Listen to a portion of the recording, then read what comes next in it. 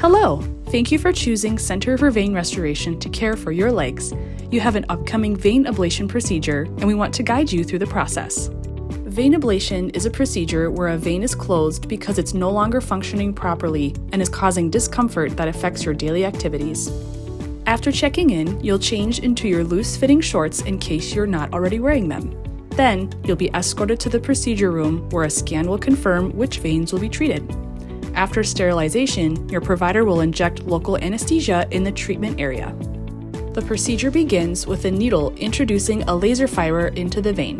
The laser fiber is guided through the vein, and your leg is continuously scanned to ensure accuracy. When ready, the provider activates the laser at the tip of the fiber. As the fiber is slowly pulled out, the heat from the laser causes the vein to scar and close.